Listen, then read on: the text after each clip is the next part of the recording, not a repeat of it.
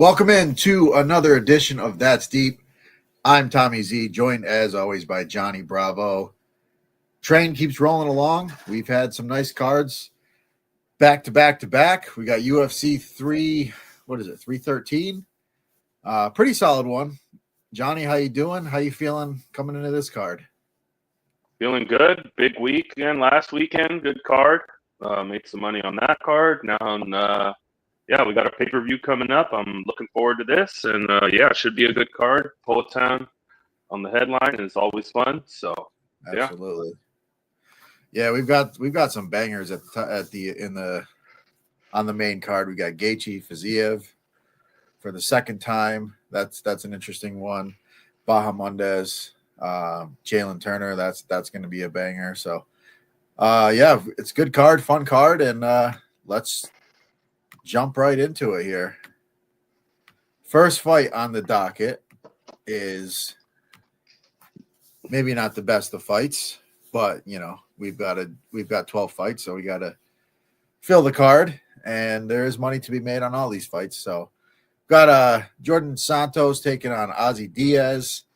Ozzy Diaz potentially in that bucket of just absolute cans. We've seen guys getting crushed lately that just almost don't belong in the UFC. For me, Ozzy Diaz might be one of those guys. Taking on Santos, coming off the Contender Series. What are your thoughts on this one? Yeah, I think Diaz is probably a trash can. I mean, I don't know how good he is. I mean, the guy, I don't know, his durability is a real question mark. I don't know where he's really good at. I guess he's going to go in there and try to swing and bang and try to catch you. He does have some power in his hands. The striking isn't all that. The chin is nowhere to be found, as we've seen in his last fight. I mean, just absolutely got obliterated. This is a guy who's probably just going to fight out his contract, his 3 fights, and then he'll be on the road. And, this kid, Santos, I mean, from what I've seen, I mean, he looks, pretty decent. I mean, he's got some pretty well-rounded games, some decent hands. It's just it's hard to get behind Ozzy Diaz. I like Santos. The money line's a good parlay piece, and I'm looking here at the knockout at plus 275, which is something I'll probably be betting, that knockout. So it's Santos by knockout. Probably on the plus 275 on the knockout is a great number, I think. Yeah, I'm right there with you. Santos is under 2.5 too is also another great parlay piece. Okay, yeah, like that as well. I like Santos. He's got heavy kicks. He's composed. He's gone 5 rounds in fights in the past. So that's always a question mark when guys are coming into the UFC. How good is their cardio? But yeah, I mean, I expect his cardio to be good. I think he's just the overall better fighter. He's composed. He has a good skill set. I don't think Ozzy Diaz is very good. Even if I didn't think Santos was great, I'd still be on him in this spot. I just think Diaz is one of those guys that until I see otherwise, he's a complete fade for me. So, yeah, Santos probably gets him out of there at some point. And, yeah, the unders are the way to go here. So we can move right along. Our next fight on the card. Interesting one here. This is in the featherweight division. 2 bantamweights going at it. Chris Gutierrez taking on John Castaneda. Castaneda was supposed to fight last week. That fight got scrapped. They brought in Gutierrez, who posted a while back that he was getting ready for 313. And so it seems like he's been in camp for quite some time. Like I said, Castaneda's fight got scrapped last week. 2 guys, pretty good strikers here.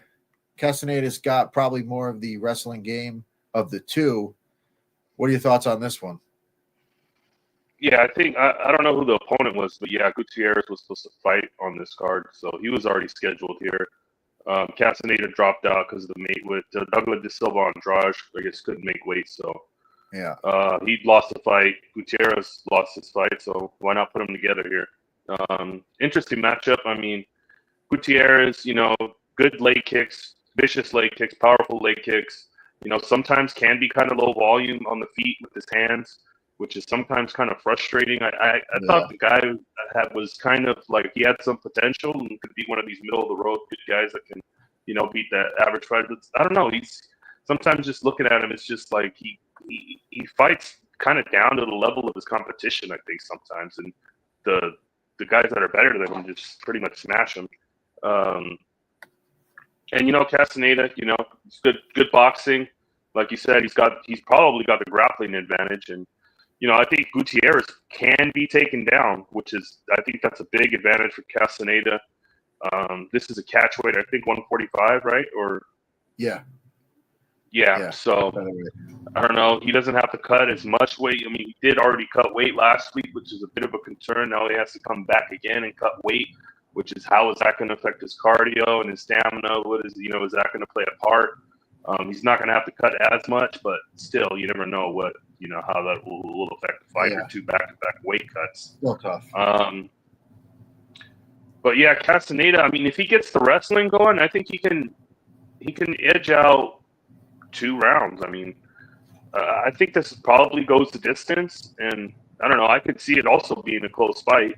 But yeah, give me the guy with a little bit of grappling in his back pocket that can get some takedowns and maybe swing around. So yeah, Castaneda for me. Yeah. Initial breakdown for me, I picked Gutierrez, but the more I think about it and the more the week's gone on, I mean, I don't know. Castaneda does have the grappling, and we've seen Gutierrez lose first rounds against a lot of guys by just simply getting taken down and held down. So if Castaneda comes out with that game plan, he might have a round in the bank. He's just got to win one of the next 2. And, he can find that takedown in the second round as well. I do think it's pretty competitive on the feet. I think if Gutierrez gets the leg kicks going, it's a real problem. He can diminish a guy's leg pretty quickly, and that changes the whole scope of the fight. But yeah, man, the more I think about this fight, I feel like it just kind of feels like a Castaneda spot. He's another guy that kind of fights to his competition. He lets fights get close. There's been fights where he's come out guns blazing. He looks like the dominant fighter. He's fallen off.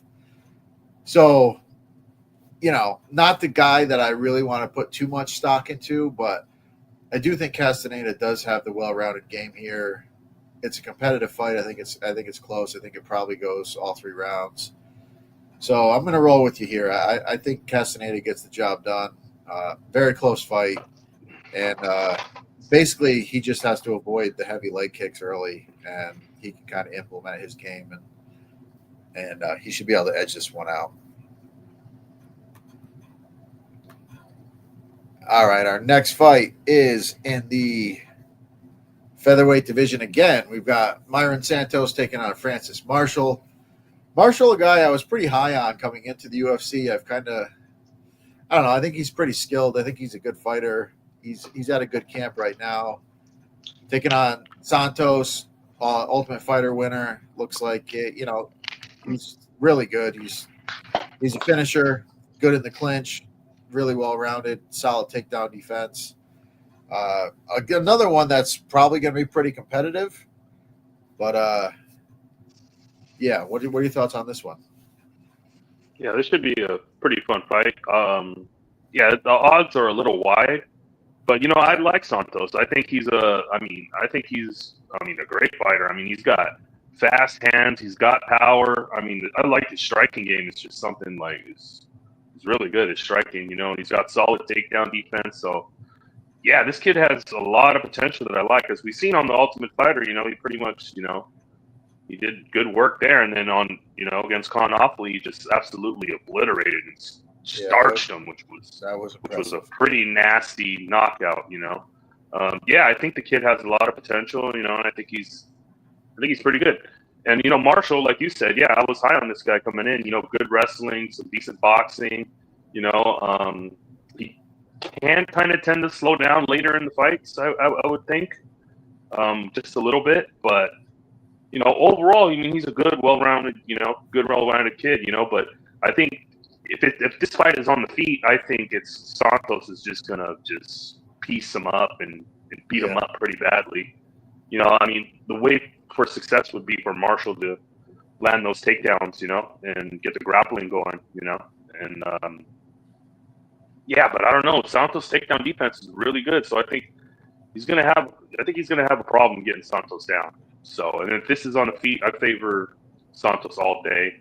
He probably catches him at some point with those hands, and yeah, I think this is probably a Santos by like 2-3 KO. Yeah, I agree. I like Santos here. Like you said, I do think the line is pretty wide, which I don't like. I did. I was watching the boys on the live NBA show, and I tied Santos to who was it? I think it was it a Luka prop. There was another prop out there in the NBA. So I do have him at plus money right now. Okay. Just to win, which I like because I just it's tough because he's a pretty sizable favorite. I do think I do think the fight goes long, so betting over 1.5, maybe even betting the decision. Actually, maybe just over the 2.5. But yeah, I just think Santos overall is the better fighter. He's just got more ways to win this fight, and I think his takedown defense is good. And yeah, I just think he's the side here. I would say probably bet him with the overs, but like I said, I've got him in a parlay already, and I think he's a solid parlay piece. Marshall's a good fighter. I think he's solid, but I think he's just got a little bit of growing to do, and this is just not a spot for him. I just don't think this is a good spot for him at all. Yeah, prop that I'll probably be sprinkling will be the Santos 2-3 KO at 475. I think that is. Yeah, I like that. Live. Yeah, I can see Marshall getting a little tired, trying to land some takedowns, getting pieced up a little bit on the feet, and then next thing you know, he's just getting pieced up on the feet. And yeah, I agree. I'll definitely be betting that for sure. I like it. Would you say 475? Yeah. Yeah, that's solid. All right, our next fight is in the welterweight division. We've got Alex Morono taking on Carlos Leal.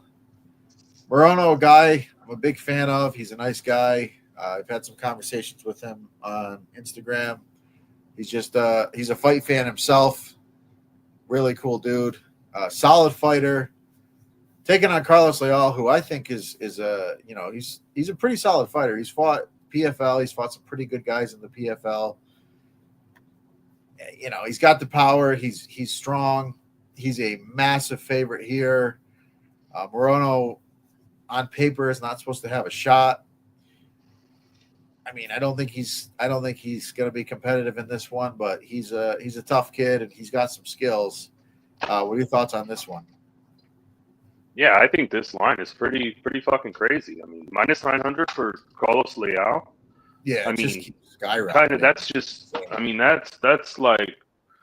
I mean, this dude. I mean, I get it. In his last fight, he fought pretty tough against fucking what's his name, fucking Russian. I thought he got robbed.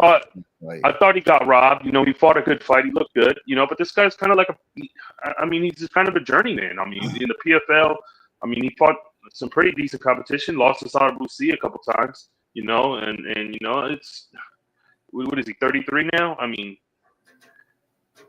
I don't know. I mean, he's got good striking, good kickboxing, good boxing.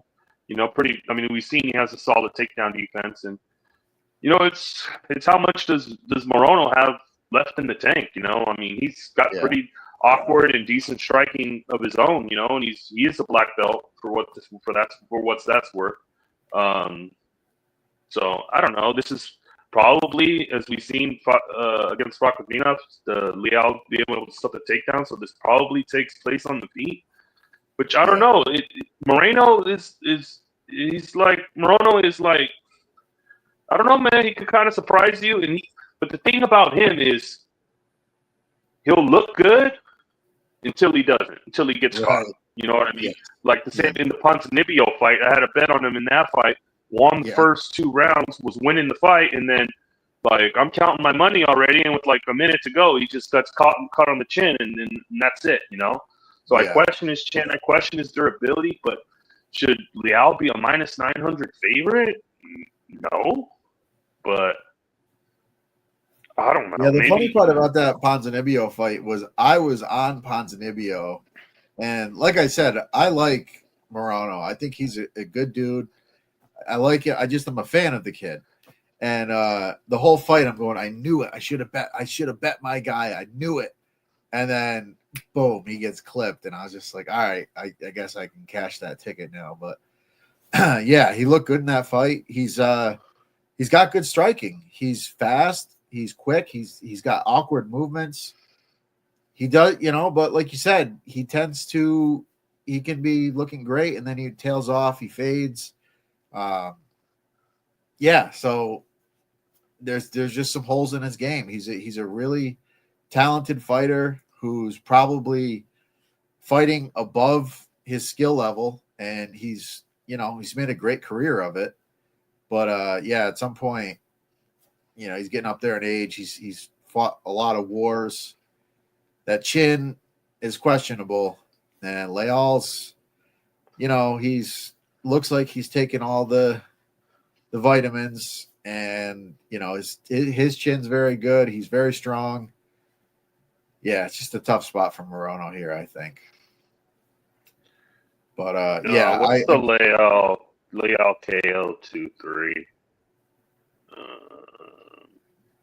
Yeah, you're gonna have to get on plus 250. I mean, I guess I don't mind that.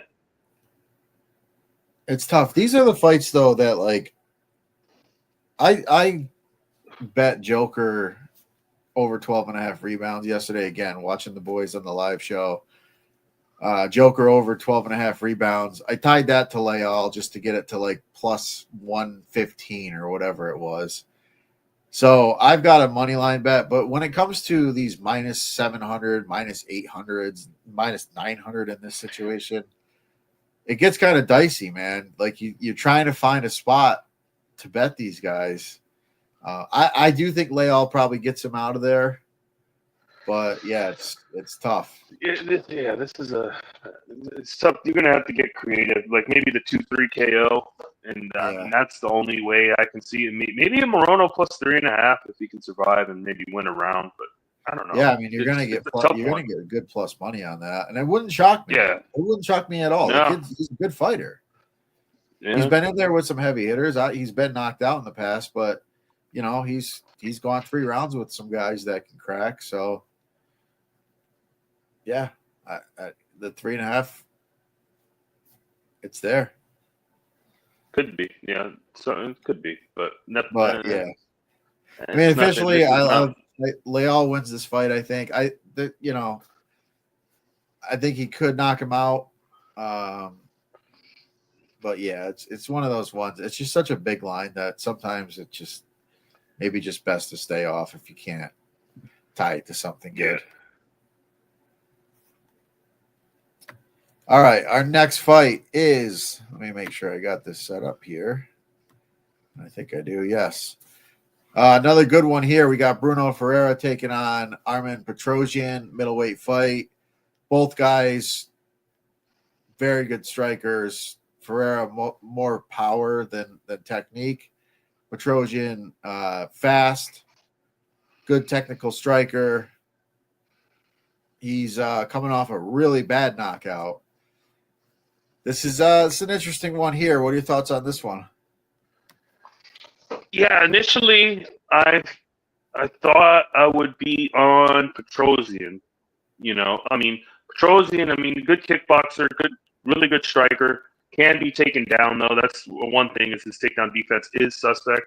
But I don't really think he has to worry about that with Bruno here. Petrosyan just a good, solid technical kickboxer. But I question his chin. I mean, he's been knocked out a couple of times here. But he's a good striker. He's a good solid fighter, but I just question his durability, Bruno is kind of like he's a wild man. He's going to come out here throwing big bombs, trying to put him out early. And if he doesn't, then he's going to probably fade and gas out. He's another one of these guys is going to come in trying to take your head off for the first 7 minutes. And if he can't, get it done, then he's probably going to gas and he might get finished himself. But this is going to be a fun fight on the feet. It's going to be one guy throwing bombs, a technical kickboxer, and it's if Petrosian's chin is still there, and or Bruno can find that button and put him away. I'm still going to take Petrosian, but it's kind of concerning because I can see Bruno just absolutely just starching him. But as of now, I'm going to pick Petrosian, but come Saturday, I could be on like a Bruno early knockout. But as of now, the pick is Petrosian. But I still need to think on this one a bit. Come on over to the dark side, Johnny. I got Fajeda here. Again, it's one of those situations where Petrosian could, stay safe, and as the fight gets longer, he's the guy dictating the pace. He's the guy landing the better shots, and I can absolutely see it. But I just think Fajeda, I think at some point he finds the kill shot, and I really questioned his cardio, and I don't think his cardio is great, but I was pretty impressed with his cardio in his last fight. He did end up getting submitted late in that one. He got out grappled by Abus, but he looked really good in that fight. He put a lot of output into the second round. He thought he had a knockout. He's got big power, and he does have really good judo. If he wanted to force the grappling early, he could do that. I think he could land a takedown. He could land a throw. But I just think the fight's close enough. I do question Petrosian's chin at this point, coming off a bad knockout. He's been wobbled a handful of times as well outside of that knockout. So I think it's a coin flip fight. I'm going to roll with the dog here. I think he's got the power. I think he can get it done. And, it's just that's where I'm at. Yeah, I think if you bet Bruno, you probably take him by KO, right? Yeah, that's what I'm thinking. KO's a nice number. It's plus 225. That's yeah. You got to think his win condition. If he wins, and he probably touches that chin in rounds 1 or 2. Absolutely. That's the way I was looking at it. I saw it at 225. I almost bet it yesterday, but I kind of wanted to wait, see what you had to say. And I don't mind it. I'm on the fence. I'm on the fence right now. Yeah. So yeah. I honestly, if you're gonna bet Petrosian, I would say maybe even just the over 1.5. Just get it into the second round, and he's probably got the decision equity. Well, I would think if it goes 3 rounds, I think he probably wins a fight. His output is high, and he probably puts a decent pace on in this one. Fight's favored not to go the distance too. It's minus 210 to not go the distance. And Bruno, we've seen Bruno get caught too. So both guys can get caught. I just think it's a coin flip fight. I think Bruno's got the bigger power. Give me the dog here. I'll roll with Bruno. But yeah, close fight, great fight, fun fight on paper. Yeah. And we got another fun fight in the flyweight division. Not all power here, but a lot of skill, a lot of technical grappling, technical striking. And we got Josh Van, who's the better striker of the two, taking on Ray Saruya, whose grappling is very high level. His submission game is very good. His scrambles are very good. Sneaky grappler. This is basically a striker versus grappler, but Van has shown a lot of improvements in the grappling in his brief UFC career. I think this is going to be one of the better fights on the card. What are your thoughts on this one? Yeah, this is a fun fight too. Up and coming, like I guess Van's been in for a while, but prospects, I'd say. He's still pretty new though. He's fought a lot, but he's still he's still young. He's still a young kid. So yeah, up and comers, two good up and comers. You know, and Sarria, I mean, really slick grappling. I mean, I really like his grappling, his transitions. I mean, he can get in all kind of different weird positions and get submissions attempts, and I mean, really good scrambles. I mean, you know, the kid is pretty fun to watch grappling. You know, but he needs to make improvements on the feet. I mean, his boxing is a little bit to be desired. I think it's not the greatest. Yeah. And also his cardio in his last fight, he kind of slowed down in that third round. You kind of seen him. Carlos Hernandez kind of just, I mean, he out grappled him in the first 2 rounds, and then he just like completely like slowed down in that third round, which is, if you're backing him, would be a big concern because, you know, Josh Van, we know what he brings to the table. He slow starter, probably loses round 1 in almost every fight. Yeah.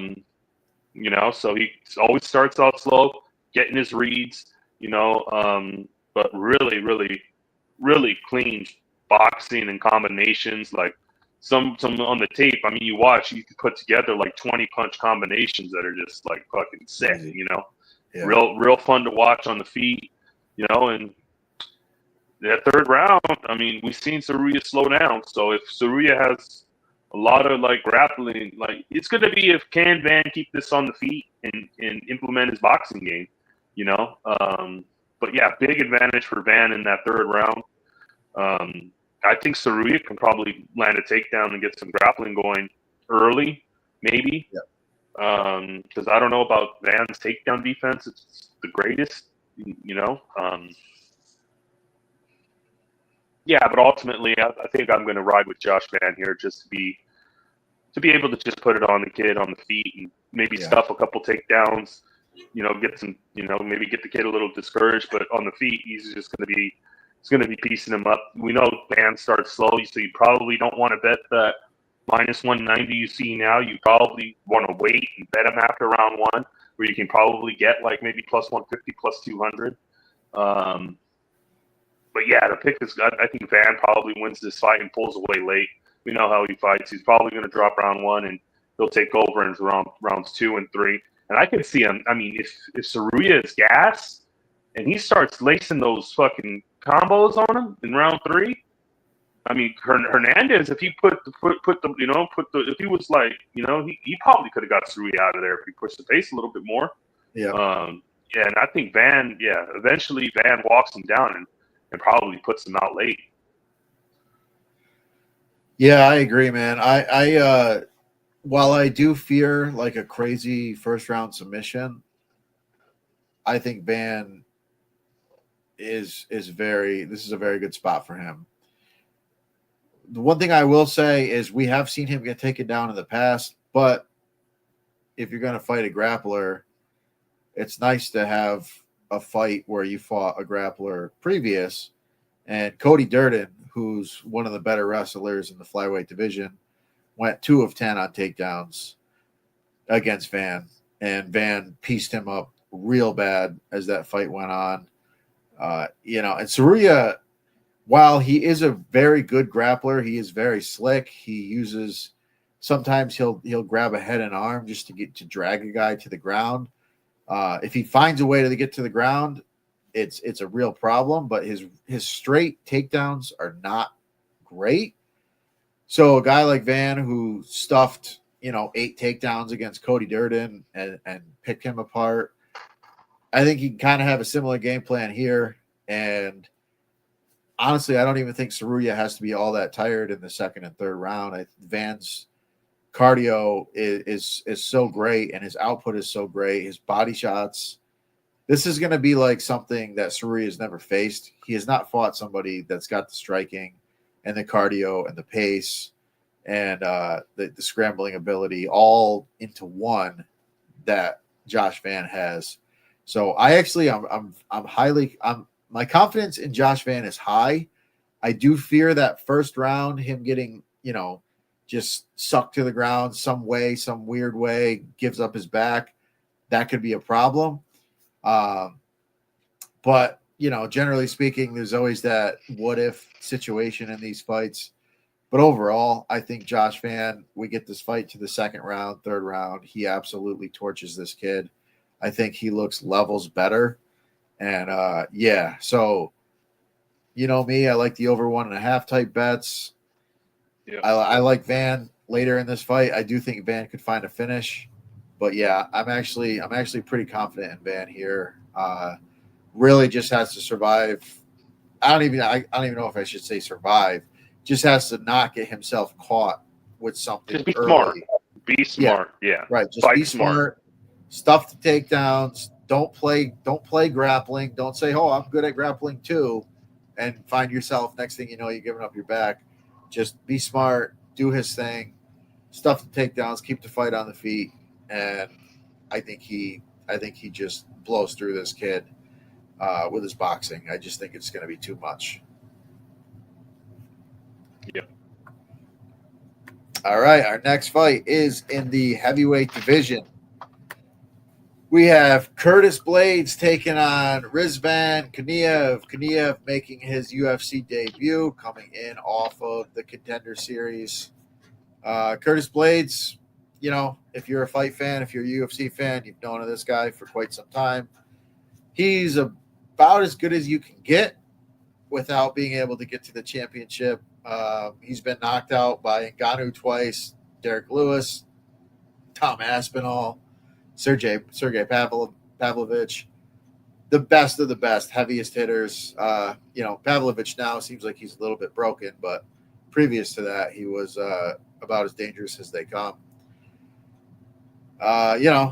This is an interesting fight here because I want to be real confident in Blades, but I've seen him get knocked out enough to have some questions. But taking on a guy, making his debut, not the highest level of competition. What are your thoughts here? Yeah, Kuniev making his debut here.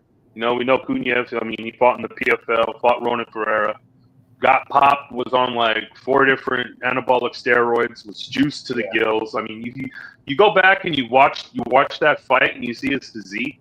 The guy's like jacked up and chiseled, and then when he comes back in his Contender fight, he's all flabby. It's kind of funny if you go back and look at it. But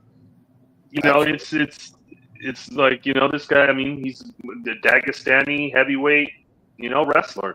With some good power in his hands. Everybody in heavyweight pretty much has power. So he's a good Dagestani wrestler. And that's his game plan. And we've seen, Curtis Blades. We know Curtis Blades. He's been here. He's fought the who's who. He's fought the best of the best. But he has been starched before, so I think the chin's been cracked. So that's always a question mark, But Curtis Blades, great wrestling. Curtis Blades is kind of a guy like he's fallen in love with his hands, and likes to box. But he has some pretty good boxing, but he's got that wrestling in his back pocket, which I wish he would use it more. Sometimes I bet him, and sometimes you're like, man, just take this fucking dude down. You got a clear path here. But kind of likes to stand and bang. Almeida fight, he was kind of getting ragdolled. Kept getting that return, and until eventually, caught Almeida with a big shot to the. Almeida shot in, and he caught him with a big shot to the side of the head, and got that fight finished. I don't know what to make of Kuniev. The guy is. I want to kind of see him on the scales. He's probably going to be flabby again. I don't know if he's on all the juice anymore that he can get away. He's probably taking the stuff he can get away with. So I don't know. It's like that Curtis Blades chin is kind of concerning more looking into it. But yeah, I like Curtis Blades here. I think Curtis Blades probably knocks him out at some point. You know, I mean, Curtis Blades is going to definitely have a big advantage on the feet here. And, you know, as we've seen, you know, I mean, Cunha, my fear is that he kind of looks like the Almeida fight, but maybe, you know, Cunha doesn't get caught. But it's just tough. It's tough to kind of, you know, the pick is going to be Blades and Blades by knockout, but confidence level is, I thought I'd be more confident on Blades before Tate, but it's kind of like, you know, but heavyweight, so, you know, one punch, anything could happen. So, yeah, pick his Blades and Blades by knockout. Yeah, this is one where, like, there are the question marks and all that, but it just feels like if you really just trust your gut, trust your instincts here, and you know Curtis Blades is the better fighter by miles. I mean, he is a better striker. And honestly, like, even in the Aspinall fight, like, he cracked Aspinall with a couple good shots before getting clipped. The Pavlovich fight, he cracked Pavlovich a few times with good shots. And, you know, those guys are just better power punchers than Curtis Blades. I feel like this is a spot for Blades to, unless something goes severely wrong, I think he probably smashes this dude. I think if he's smart, he comes out and wrestles early, just puts a pace on him, debut, you know, the adrenaline dump. There's just so many things in Curtis Blades' favor here. Just fight a smart game plan, take the kid down, you know, beat him up a little bit. Curtis Blades is a champion. If he fought in any other organization, he would have been a champion, a long-reigning champion. He just fought the heaviest hitters that we've seen in the past 15, 20 years, or maybe of all time, you know, in MMA history. So just bad luck, bad timing for him. But overall, if I'm just going skill for skill, Curtis Blades probably should be minus 500 in this fight. And I think he probably smashes this dude. I honestly, it should not be competitive. So I'm going to go into it with that mindset. Shouldn't be competitive. Blades could be a parlay piece. Blades probably finds a finish. I think he bounces back here in this one. I think he rolls. Yeah, agree.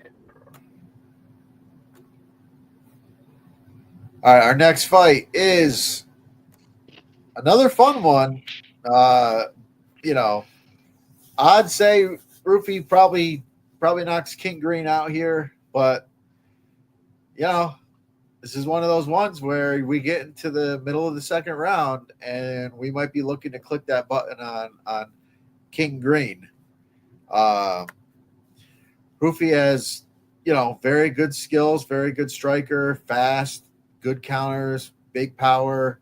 He's knocked out everybody that he's fought except for his last fight, which went 3 rounds, which, you know, burned a hole in my pocket. But yeah, Bobby Green's, you know, he's been around a long time. He's shown some chinks in the armor recently, coming off a really tough loss to Paddy Pimblett. What are your thoughts on this one? Yeah, this is an interesting one. You know, Hoofy, you know, fighting nerds, you know, so you're paying that tax. The fighting nerds, you know, the minus 460. The price, I think, is kind of insane. You know, I mean, Hoofy, I mean, he looks good. I mean, he looks decent. He looks, you know, good striking, you know. Got to listen to Joe Rogan talk. And man, this guy fights like Conor McGregor, man. Look at his stance. God. He's just like Conor. You got to listen to that. You got to listen to that shit every fucking 20 seconds. Joe Rogan talk about how he fights like Conor, which I mean, I guess you can kind of see the comparison to where he kind of has that same style as Conor. You know, really crazy combinations, slick combinations. You know, long top fight. I mean, to be fair, in that long top fight, he fucking hit him with that look away left hook and put him down. I thought it would be over then, but You know, long top, real tough, durable guy. The normal guy that probably puts him away. You know, but yeah. Yeah, and then another thing that's concerning to me about Hoofy in that fight is round 3 was just terrible. He fell off a cliff in round 3. Lon Top almost like quadrupled him up on strikes in that round, pieced him up. If there's another couple minutes, I mean, I think Lon Top probably finishes him if there's like 2 more minutes in that fight.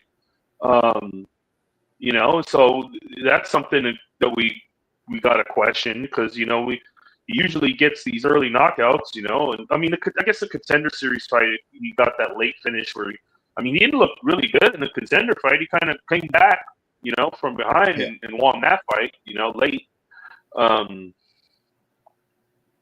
Yeah, but I mean, I like Hoofy. I think he's got some potential. He's got, you know, really good striking, a lot of power. You know, King Bobby Green, you know, I'm going to say King Green. I can't call this. That's tough. I'm forced Bobby myself. Green. Yeah.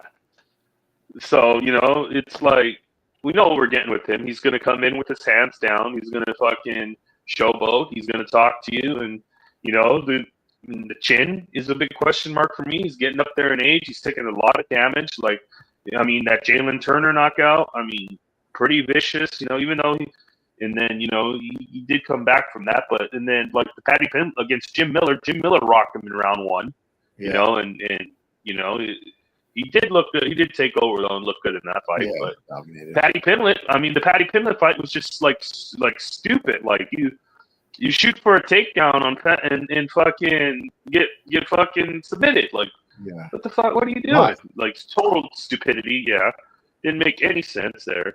You know, I question his fight IQ. I mean, I question the chin, but this is another one where, like, do we really know a lot about Hoofy? You know, and Bobby Green is one of these battle-tested guys. You know, yeah, this is going to be an interesting one. Is if Green could kind of extend this fight, I mean, I think if he can extend it, he can.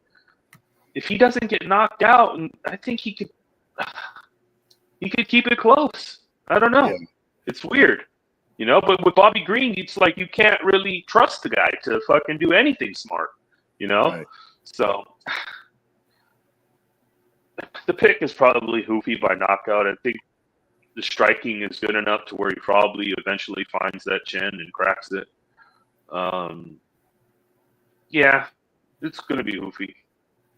But yeah, that's where I'm at. The money line is just not. It's 460.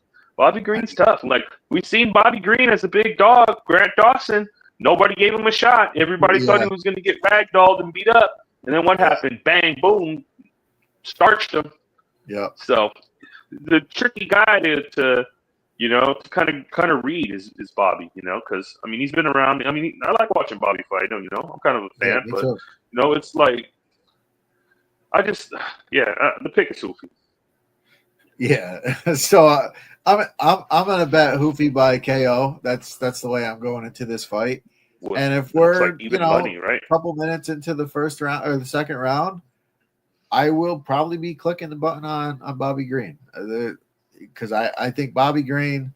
If we see a third round, he's winning the third round. I don't even think it's close. Honestly, I think Bobby does win the third round. So. Yeah, I think if Hoofy gets him, you know, Bobby's chin's been cracked quite a few times. He's been wobbled. He's been hurt. Obviously, the Jalen Turner brutal knockout, and continuous beating on the ground, which was crazy. So yeah, if Hoofy hits him with what he hit Lon Top with, the fight's probably over, and we're not thinking about it. But if we're, you know, minute and a half, 2 minutes into the second round, Bobby Green plus 400, plus 500 probably at that point. I'm going to click that button probably, and we'll get what we get. But I think Hoofy probably finds the chin at some point and gets him out of there. And, yeah, we'll just wait and see. But, again, that Lon Top fight, that could have been a great learning experience too for Hoofy. Like, you know, he thought he had him out. He had him hurt real bad. You know, he put a lot of effort into finishing that fight and just couldn't do it. And On Top is, you know, apparently made of iron, and he can't kill the kid. So He's one of those Peruvian guys that with infinite cardio. Absolutely. So, I guess you maybe give him a little bit of a pass. We'll see. But yeah, I think Hoofy by KO is the way for me in this one. And Bobby, there may be a live spot here, but I just think Bobby gets cracked early. Yeah. All right, our next fight is another good one. Got women's strawweight bout. We've got Amanda Lemos taking on Yasmin Lucindo. Lemos kind of been around a while. Lucindo's been on the scene for a few years now. She's looked good, really good since making her debut in the UFC. Two good strikers. Lucindo's got some decent grappling. Lemos, we've seen her get taken down, but by some of the better grapplers in the division, so you can't really fault her too much. She does have really good scrambles. She's very strong, good power, very good fight here, competitive fight. What are your thoughts on this one? Yeah, this is an interesting one for me. Lemos been around. She's fought for the title. Good striking, violence. Good power in her hands. She can crack. She's got some sneaky subs that she can lock in. But the one concern about her is the grappling, and she can be taken down and held down, which is a concern. Her game plan is to keep it on the feet here, and I think right here she might have the slight edge on the feet here. But she is getting older. She's 37 years old. She's been around. And then Lucindo she's up and coming. She's looked pretty decent in her fights. Looks tough. I mean, good striking, some decent pop in her hands as well. But like we've seen her recently, go implement that grappling game, and she doesn't really land a lot of damage. She kind of just takes you down and just holds you there. So that could be kind of frustrating. Maybe Lemos cracks her, and maybe she shoots a takedown, and how will the judges see that? And she doesn't really land a lot of damage on the ground, so that's kind of concerning. But ultimately, I think Lucindo, the younger fighter, like 14 years younger, I think she's the up and coming girl. But also, Lemos could also show her a vet lesson, which could be interesting. I don't know if Lucindo can get the takedowns and hold her down, which maybe she can. But I think ultimately I'm gonna side. The whole week I've been thinking I'm betting Lemos, and then I'm just thinking, man, if she takes her down and holds her down, and then I'm just gonna, But I'm gonna take the shot that Lemos can keep this on the feet and box her up. Give me Amanda Lemos. Let's go, Johnny. That's what I wanted to hear. Because I'm on Lemos as well. I do think she can get taken down, but I think she scrambles well enough. Honestly, I think she just fought some of the better grapplers in the division. Verna, Whaley, obviously. Mackenzie Dern, she beat the hell out of Mackenzie Dern. Mackenzie Dern did take her down a few times. Wasn't able to really implement the jiu-jitsu. Obviously, she was bludgeoned. It's kind of tough when you're busted up to really dominate somebody on the ground. But yeah, I just think she's fought some of the better grapplers in the division. And while I do think Lucindo is a solid grappler, and I think she could land a couple takedowns, I don't think she's going to do enough with it. And I think when they're on the feet, I think Lemos just pieces her up, especially late. I think Lemos has the bigger power. It's competitive. It's close. Worst case scenario, it's a coin flip. Lemos has the dog here. Give me Lemos. I think she gets the job done in this one.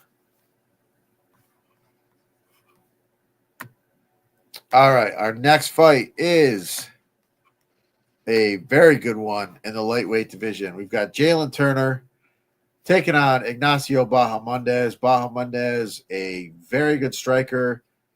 He's generally speaking the bigger fighter in his fights. Taking on Jalen Turner, who is also generally speaking the bigger fighter in the fights. The guys are two really big. Yeah, two really big, tall, long guys. Good strikers. Turner obviously has fought the much higher level of competition. Another guy who you can question his fight IQ. He had Moicano hurt pretty bad. He dropped him. Thought he had a walk off. Next thing you know, Moicano is choking him out, beating him up in the next round. So not a good look for him there, but he is extremely dangerous. He's fought some of the better guys in the division. Bahamondes has looked really good. Great striking. Capable on the ground. Good fight here. This is kind of a, crossing of the paths here between a vet that's been around a while and an up-and-comer here in Bahamondes. What are your thoughts on this one? Yeah, this is one of the fights I'm looking forward to. Probably these top 3 fights are the fights I'm probably looking forward to the most. Yeah. This is a really, really fun fight. You got, Jalen Turner. We know what we get with him. Big guy, usually bigger than his opponents. Massive for the weight class. 6'3" at 155 is this guy cuts a lot of weight. He's a big guy, and good power in his hands, good striking. Has some grappling in his back pocket if he wants to use it. But things I question is like his durability, the chin. I think he can be cracked. We've seen him knocked out and hurt before.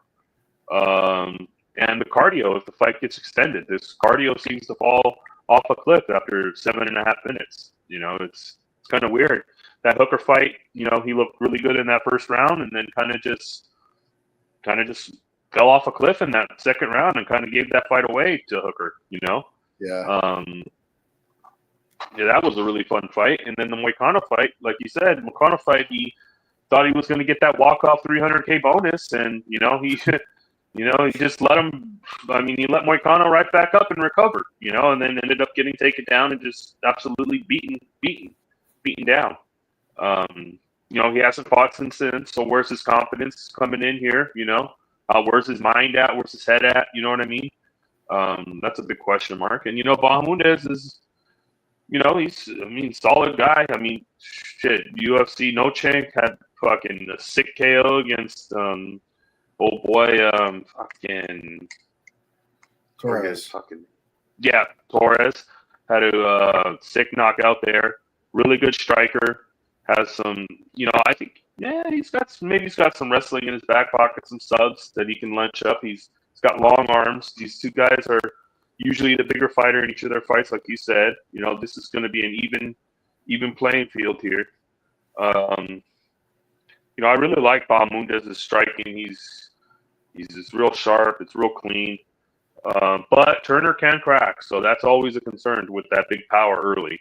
But I'm going to say Bahamondes goes out there and pretty much just is able to outlast them, survive, and take over this fight later it goes.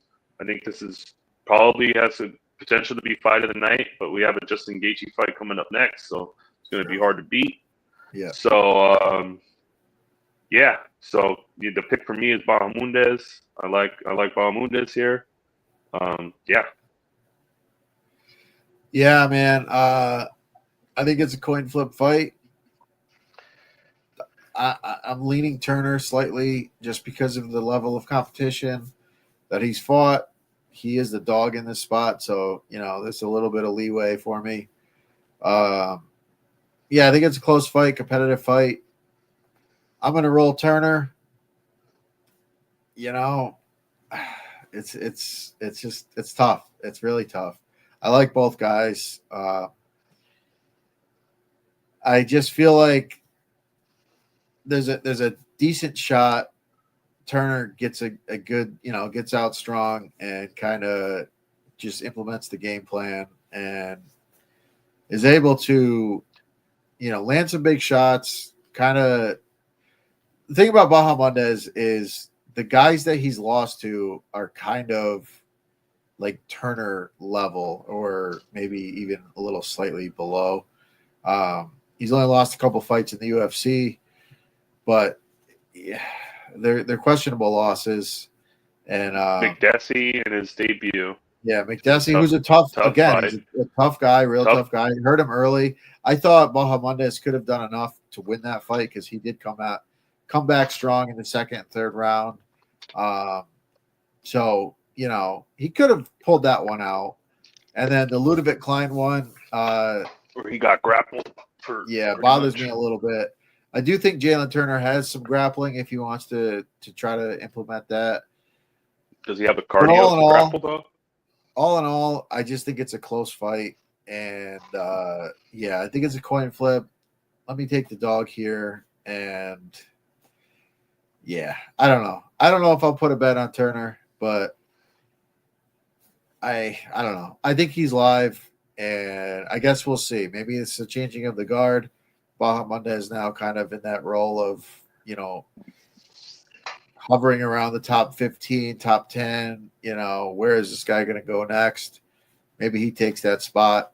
But, I'm going to roll with Turner for now. But, not a lot of confidence. We'll move on to another good fight in the lightweight division, a fight we have seen before. A lot of new question marks coming into this one. Gaethje obviously coming off probably the worst beating he's ever taken.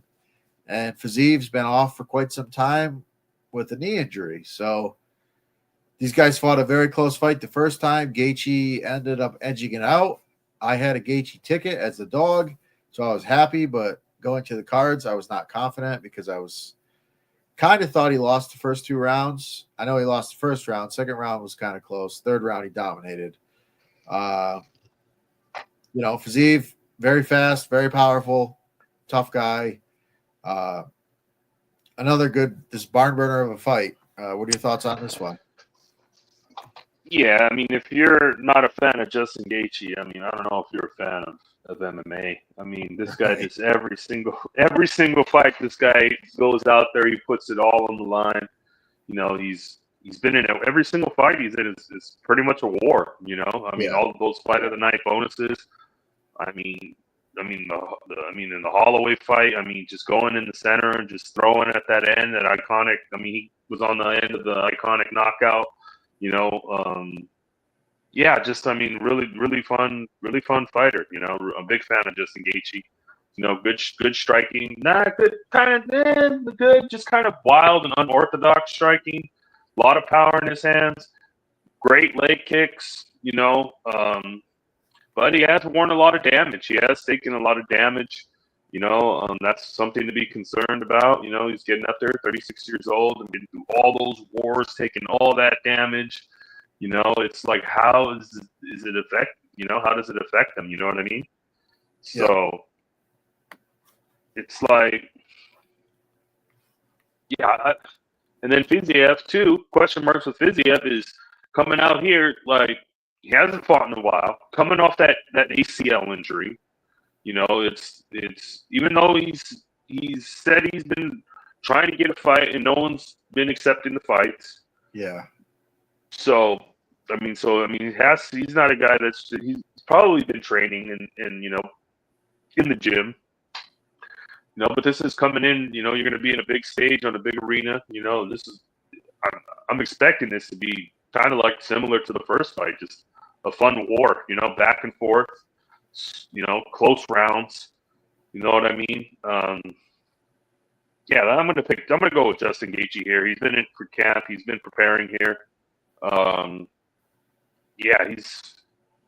then Fiziev just getting the call about a week ago, so a week and a half ago. So give me the guy that's been in camp and training for a fight. He has been off for almost around a year. Took some after that knockout. So I'm gonna lean Gaethje here. I'm gonna take Gaethje. I'll be on Gaethje at plus 120, plus money. Yeah. I think it's gonna be a super close fight. Give me Justin Gaethje. Yeah, I agree, man. I wanted to lean Fiziev just because of the way the fight ended for Gaethje in the last one, but Fiziev's coming off a knee injury too, so it's not like, and Gaethje's leg kicks are sick. So if Gaethje gets those leg kicks going against a guy who just had knee surgery, like that could be a real problem. Yeah. I think I saw the line at plus 140 for Gaethje. It's just tough for me to pass that up because regardless of who I think is better in this fight, I mean, it's a close fight. It's going to come down to the wire. And we already know if the fight goes long, Gaethje probably takes over. So he's just got to win one of the first 2 rounds. And I expect them to be pretty close. I expect this to be a close fight. Could be a split. But yeah, give me the dog money here with Gaethje. I know he's coming off a pretty bad beat, but the guy's tough as nails. He's going to go out on his shield. He's going to put the volume up. His cardio's just endless. And usually the guys with good cardio hold up for a long time, despite fighting these wars, which obviously we've seen with Gaethje. He has held up pretty well. So, yeah, close enough fight. I think Fiziev probably gets the first round. He's probably the faster of the 2, but yeah, I think overall Gaethje's worth a shot here. I think he can get it done, and he's got the power. I mean, he could finish the fight too at some point. Like we've seen in the Poirier fight. He lands that head kick and boom, it's over. Yeah. So yeah, I've won money on Gaethje as a dog. I bet Gaethje in that fight against Poirier, he was a dog, slight dog, and he got it done. So yeah, I'll stick with the Gaethje train here. I just think it's a close fight. Both guys have some pretty big question marks. We already saw a very close fight between the 2. I don't think a whole lot changes. So yeah, worth a shot here. Yep. Which brings us to our main event. And a couple of years ago, I would have told you Ankalaev by a landslide. I just did not respect Alex Pereira. I did not think his takedown defense was good. I just didn't think he was a great fighter. I thought he had big power, and that was it. But over the last couple of years, my opinion has changed on this guy, especially at 205. I think he's way more durable at 205. I think he's way stronger at 205. And, I'm not such a big fan of Ankalaev. Everybody, I think, acts like he's got this mythical wrestling. But, we saw it a little bit in the Jan fight after he got butchered for 2.5 rounds. But we haven't really seen him implement a wrestling game plan and successfully beat guys that way. He's mostly been a striker in his UFC career. Yeah, I like Pereira here. I know you do as well, but what are your thoughts on this one? Yeah, this is an interesting one. I've been on the Politan train since day one. Guy's a legend, just the mystique around this guy. I mean, that left hook, it can put anybody out. He's got, he's got heart, he's got power. A great fighter, But the question mark always was his takedown defense, But, I think he's been working on that lately. I've seen some videos. He's in with some guys. He's grappling with a lot of good guys. He's training with Kyle, so he's grappling there. Mikey Misamichi or whatever. He's a good grappler. I've seen him in the gym with him. So it's like he's got Glover in there to help him with his wrestling. That's the big question mark in this fight is if he can keep it on the feet. What everybody thinks that Ankalaev is going to come in here and just be like Khabib all of a sudden and wrestle for 25 minutes. When have we ever seen him? He's never wrestled for 25 minutes. The guy averages one takedown per 15 minutes. He's not the most exciting guy. You feel like taking a nap. Put on an Ankalaev fight and get a good nap in. But he is a good fighter. He does have good boxing, good striking. The wrestling's there. That's one of the things when we do bet him, we're like, dude, take him down, wrestle him. But he just never seems to wrestle him. You would think here that he would have a massive advantage and he would know to take him down, but can you trust him to utilize his wrestling? And if he does use his wrestling, does take him down, can he wrestle for 25 minutes? Because each round starts on the feet, and all it takes is one shot, and it's good night. You know, he's going to have to – Ankalaev has to fight a perfect fight, whereas Poatan just has to land one punch, you know. Right. So it's like – it's interesting here, you know. It's an interesting matchup, stylistic matchup, you know. It's like, man, I just – you know, I got to ride with my guy Poatan here, you know. But it's like, could I see – I just can't see Ankalaev wrestling for 25 minutes straight. You know what I mean? And I think Pereira has – made improvements in his takedown defense. He has to have. He got awarded his black belt. He got awarded his black belt, which, you know, I mean, Glover's a pretty credentialed black belt, you know, so absolutely, you know, it's legit. So he's been working. I think he's been working on that takedown defense, and I think, you know, look how Jan butchered his legs. I mean, Pereira's got some of the nastiest leg kicks in the game. You know, Jan butchered his legs. He could barely walk. You know, it's like, and then Thiago Santos, a corpse of Thiago Santos with no knees, fucking dropped him and rocked him. You know, and almost finished Ankalaev in that fight. And it was relatively a close fight. You know. Yeah. So it's just, man, I'm just, you know, he's a good fighter. I'm just not really like, he just lacks that it for me. You know what I mean?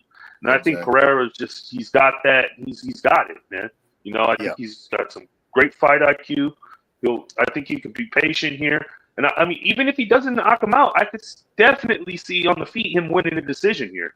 You know what I mean? Yeah. But, you know, eventually I do think he finds the button. Yeah, it's going to have to be Pereira all day long for me.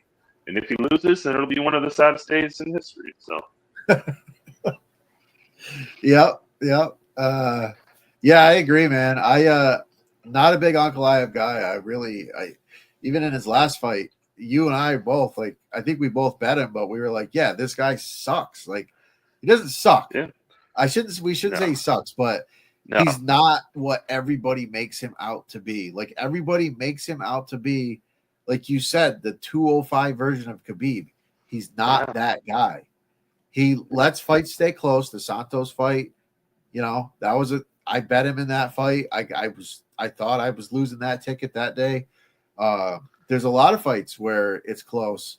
You know, Paul Craig, the one fight where he grappled for a decent amount, he gets submitted at the end of the third round. He's a good fighter. I think Poatan is an absolute freak. People want to put him down. People want to say, you know, back in the day, he wouldn't even be in this spot, blah, blah, blah. I disagree, man. I think the guy, his striking is incredible. His leg kicks are ridiculous. People undervalue that a lot. And I think his grappling's come a long way. And I think we're going to see that because I think he's going to stuff some takedowns.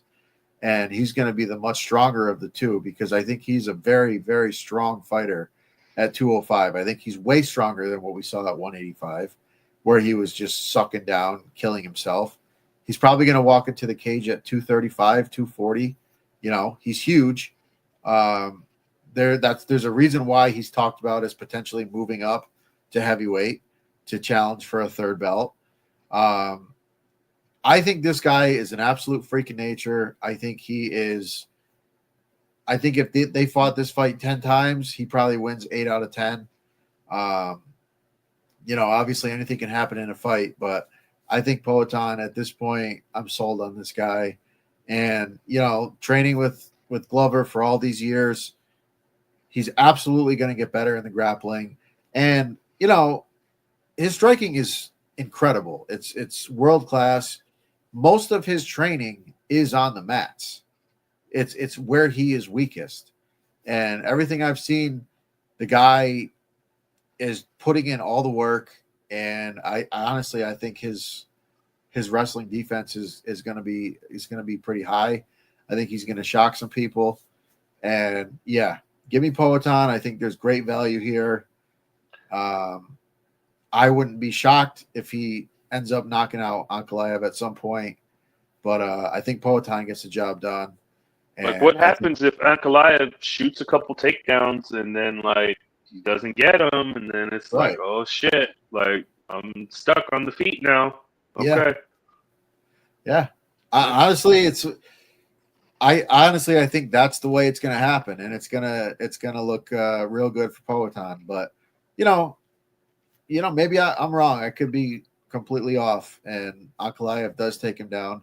But again, when Ankalaev has taken guys down, what has he really done? Like, he's not smashing dudes on the ground. It's not like Alex could lay there for 4 minutes, lose the round, and get up and just be totally fine, and then right back to the feet. So in my eyes, I think Poatan's got. I just think he's got such an advantage in this fight, and I think we're getting great value here. I mean, he was the underdog at one point, but obviously that's changed. But I still think there's value. I really do. I think this guy's very good. He's the best champion we've seen since John Jones. I guess DC was up there as well, but John Jones, DC, Poatan, those are the three guys that are real legit light heavyweight champions in the past, 15 years. And I think he gets the job done. And I think at the end of the night, people are talking about him versus Aspinall at heavyweight or him versus Jones at heavyweight. And they're even talking Usyk. Alexander Usyk even said he wants to fight him. Yeah, I mean, the possibilities are endless at this point for the guy. Yeah. He's a superstar. So, yeah, I think we've made our point clear here. We are on Poatan, and it's a great card. I think it's a great card. We're going to have a lot of fun. We will be live as we always are. We've got Xfinity. We've got. I don't think there's a truck race this week, but I could be wrong. No. We got Xfinity leading into the UFC. We've got NASCAR on Sunday. If you're not signed up, sign up with the promo code NASCAR is back, and you get a free week. And as I lose my voice here, we've been on a nice roll here in the MMA world. NASCAR is back. We're on our first oval of the year, which is the easier of the races to cap. So Keg, Coop, all the boys, Adam Meyer, Yago, everybody will be live for the NASCAR races. And if you've been around, that's where we make a lot of money. So sign up. NASCAR is back for a free week. And if you've been around, obviously So with that said, Johnny, if you got anything else, let us know. Otherwise, we'll get out. Good luck this weekend. See you guys this weekend, and let's make some money. All right, let's do it. Thanks for tuning in. Tell a friend, pass the live around, and good luck this weekend. Let's cash some tickets.